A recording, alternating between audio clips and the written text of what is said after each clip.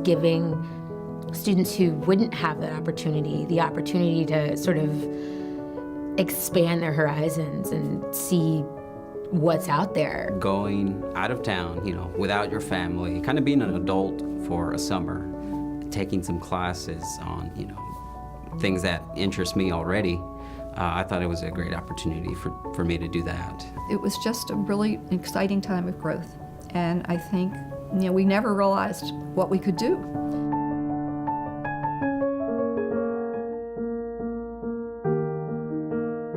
In 1968, in the winter, I went to Carver High School looking for students for Harvard.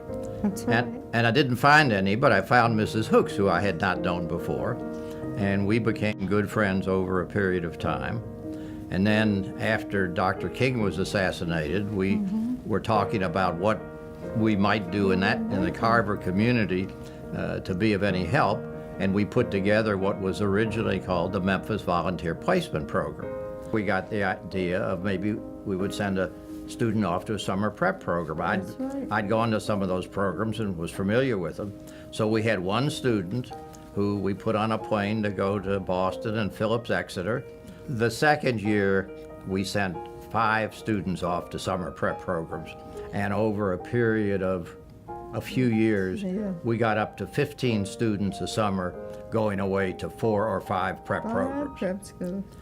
And then for about a dozen years, the program was run by one volunteer out of the trunk of her car, Lucille Prager, and she ran it across town with no changes in it, essentially, until the early 90s, when Carol Barnett went to work for Rotary, and the program moved to her.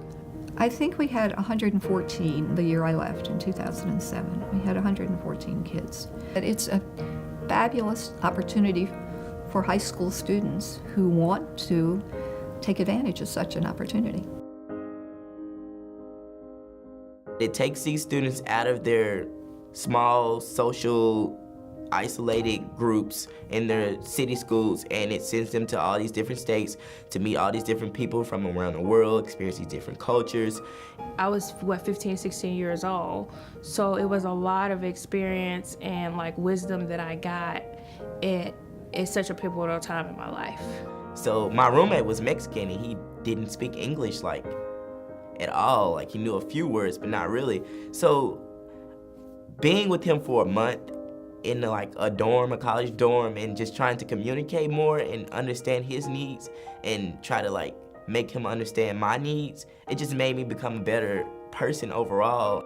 It was something that launched how I attacked studies, how I attacked life in general. It was just, wanting the best of the best. It was, locally you think, when you're compared to your peers, hey, I'm smart, But it's a different tangent when everybody's smart.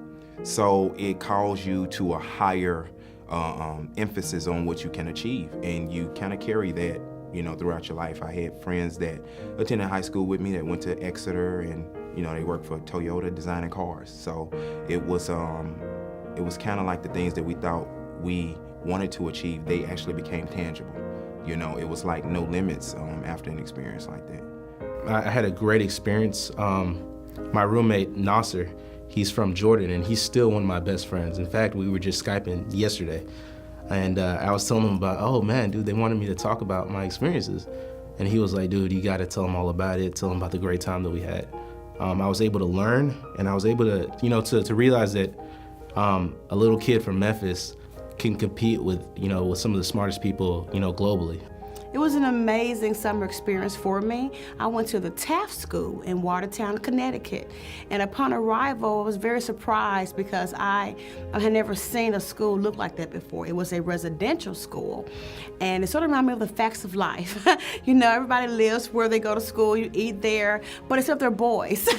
and I thought it was the best thing ever. My roommate and my dorm mates were from Japan.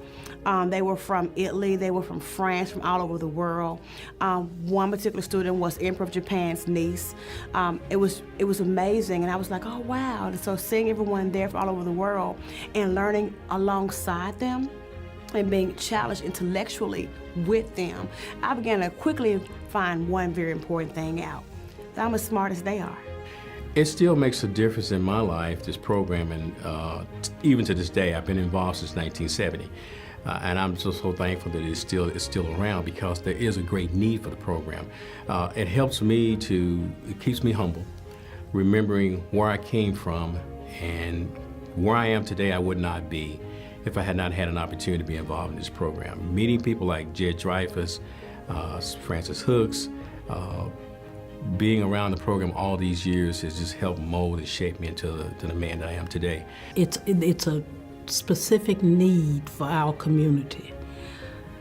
Our children and our young people need a firm foundation that I think, because of the genuine spirit of the community, that they can get here.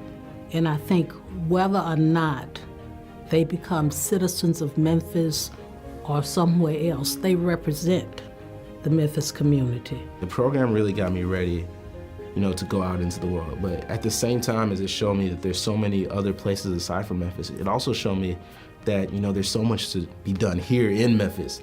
And it allowed me to take some of the things that I learned from these other people, whether from the West Coast or from Germany or from Saudi Arabia. It told me to take those things and try to bring them back to my community, because I love Memphis. I love the town. CBU's right in the heart of Midtown, my favorite part of town.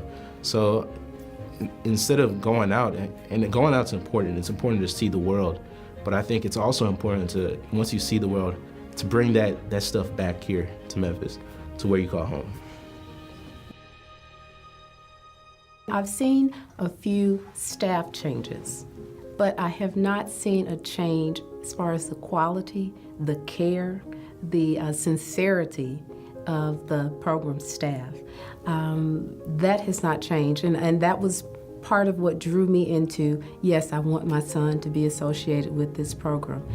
The people who have been through the program know the value, and they want to make sure it continues to make sure that other generations get that experience. It speaks to the basic value of the program that, although it changed a lot, what we started off doing, Yes. getting this summer experience for the students was very valuable. Yeah. I think they're positioning themselves in a way so they can reach an even larger percentage of the population in the Memphis area, which would be absolutely fantastic, because I think there are a lot of really smart students that could be successful and that could help them in the long term. Well, what's in a name? You can always say, what does it matter? But as you look back over the 45-year history of what we are currently calling Memphis Prep, it's fallen under many different names. But as you look forward, and you really do want to have a name that resonates and a way that people in the past and currently and looking to the future can accept and want to be a part of, I think that's critical. And if it can represent more strongly who we are as we move forward and give us the flexibility to reach out to others and to do the exciting things that high school students deserve to have the opportunity to do this year, then it's worth changing one's name. I wouldn't change a name just to change it, but when there's confusion about who you are and your name is similar to that of others, then you do want to step back. You want to hear from your people who've been in the program in the past, people who are currently in the program, certainly donors and certainly volunteers, and most definitely the school system and the guidance counselors who work so closely with us. And as you take all of that information and sort of parse it and analyze it, you realize that Memphis Prep isn't telling the story. So what name can tell that story? And I think that's where we are and why we need to change.